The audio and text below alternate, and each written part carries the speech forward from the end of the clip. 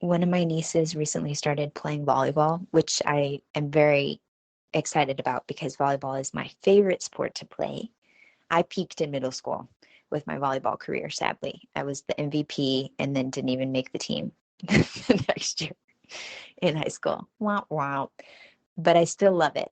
Nothing will change that. It is still my favorite sport to play. And I have very fond memories of the years that I played in school. And I even got to play on a club team for a little bit. Um, so I'm, needless to say, like, very enthusiastic to be able to help and support her on her own journey if possible. And so we were playing over there the other day at their house, we being my boys and my niece and my nephew.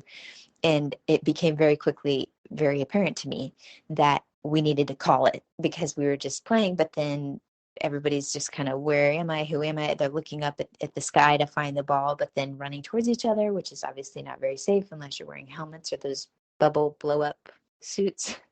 I'm like, you guys, we got to call it. You got to call it really loud. Don't be embarrassed. Don't be shy. Just say mine, mine, mine, mine, or got it, got it, got it, got it, got it. Just really loud. I don't know if you've ever played sports, but I imagine this happens in baseball. I've never played baseball, but I imagine it's helpful there if you've got two people out there that are running to try to catch the ball. You don't want them to run into each other and then nobody catches it. And same thing in volleyball. You don't want to hurt each other, but also you don't want to bump into each other and then the ball drops and the other team gets the point, for example. So I was thinking about this, of course, because this is just how my brain works a lot of the time. And I'm like, this actually has business implications, and I should record this as a podcast episode to anchor this perspective in, because you think about in middle school, or they're not even in middle school yet, but these girls that are playing volleyball, and whoever's confident enough to be, mine, got it, got it, got it, who's ever confident enough to be vocal tends to be perceived as a leader. And this goes both ways. As the person speaking up, just know that you will be looked at as a leader, kind of like when I worked for the Park Service and I'm wearing a hat and a badge, then people assume I know the name of every plant, flora, fauna, or every fact in the history brochure. There's assumptions that people make based on visual cues and also on verbal cues. If you're putting something out on the internet, or you have a podcast, or you have a book, or you're saying something on social media, people may make assumptions that you know what you're talking about. And I sure hope you do. I sure hope you do feel in integrity with whatever you're saying. I'm sure you do, or you probably wouldn't be listening to this podcast, because that's pretty key to the whole clear, sincere communication thing and feeling grounded in whatever it is that you're talking about. We're not about faking it till we make it. But it's both sides of the coin to think about. When you speak up, some people are going to listen. You are an influencer, whether you think of yourself that way or not. And likewise, you are influenced by people who are speaking up. You, meaning me as well. And so that's something to consider and think about. Like, just because someone is speaking up, they may not know what they're talking about.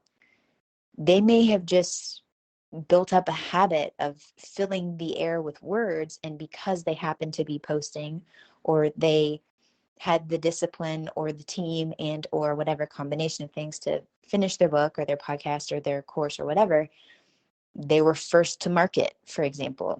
This is what I'm saying. Like, I'm saying first because I'm also thinking of another example in public speaking classes, both as a student and as a faculty member. Sometimes you would say, okay, it's presentation day. Who's going to go first? And someone might raise their hand to go first, and it might be because they're confident and they're like, I'm going to nail it. It's going to be a great time for all. I want to go first. Let me at it. Put me in, coach. But it also could be like, I'm going to vomit if I don't get this over with. So let me go first, because these butterflies are about to just come right on up. And it could be either one, and it could be a combination of both.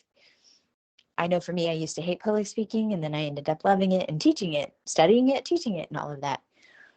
But I'm just sharing it for what it's worth, because the example was powerful to me, because I was taken back as I'm sharing with her. I'm like, you got to call it. Don't worry about looking silly or feeling silly. It's valuable for safety and also for the outcome of the game for you to call it. And then people will start to trust you because it sounds like you trust yourself. Because here you are saying, got it. Yes, I can do that. I trust myself to get the ball. I trust myself to get to where I need to go. And even if you're just saying it at first and you're doing your best and doing the best that you can to get over to the ball, eventually you're going to get to the ball. And that is how you build the trust in yourself, because you're choosing to value yourself enough to say, yeah, I can do that. I'm going to go for it, at least. So both sides of it. You are an influencer. You are influenced. With great power comes great responsibility. Do with that what you will. Know that one way or another, whatever you're putting out there, someone's listening to it. Consider that when you are sharing, and know that it's okay if you do change your mind on something later on. Like, that's human. We don't need to be perfectionists about being ourselves and feel like everything, we can't say it unless we know we're going to agree with ourselves 20 minutes, 20 years from now, etc.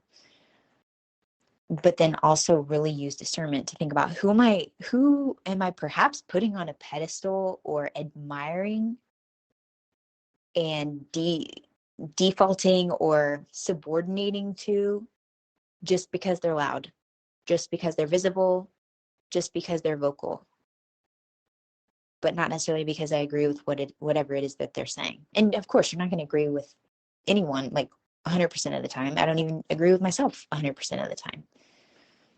But it's just a valuable thing to remember and consider, that we are at all times influenced and influencing.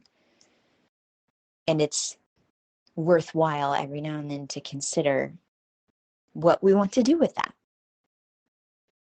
How do you want to call it?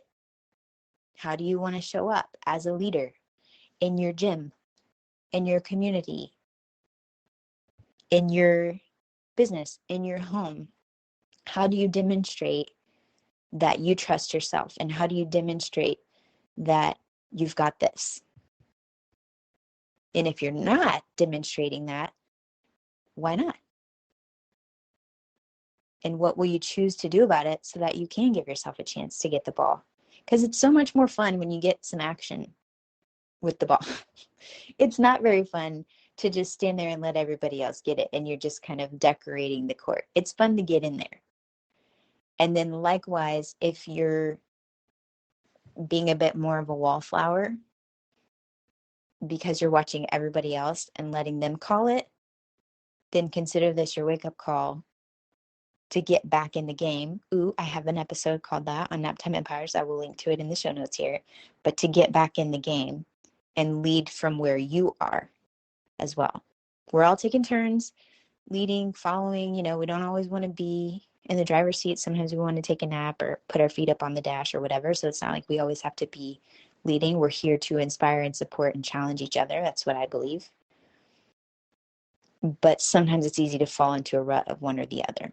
All right, I'm going to stop before I take this way too far. But if it resonated with you, and or if you love volleyball, shout it out. Let me know. If there are any other sports analogies that connect to this, let me know. I'd love to hear from you. Hit the link in the comment box, and I'll talk to you soon. Okay, technically that was the end of the episode, but since you're still here, 1, I'd love to thank you for spending part of your day with me, and 2, I'd love to ask you if you would take 30 seconds, maybe 60, to leave a rating and review in your podcast app before you tap out today. If you've already done that, it's amazing. Please send me a screenshot so I can thank you personally, and know that sharing this episode with a friend has the same magical powers, and I deeply appreciate both. Also, in case you're listening to the end to see if I ever actually introduce myself, hi! My name is Nikki Elledge Brown. I'm the host and author of Naptime Empires and this here On Her Terms podcast. You can find me around the internet at Nikki Elledge Brown in most places, but what you may appreciate most is actually over at onherterms.com. It's what I call the insider library. It's where you can get inside scoop, first listen rights, email updates every time there's a new episode, and then special insider only bonus content. It's all over in our private feed. Okay, that's a wrap for real. I'll meet you in the next episode.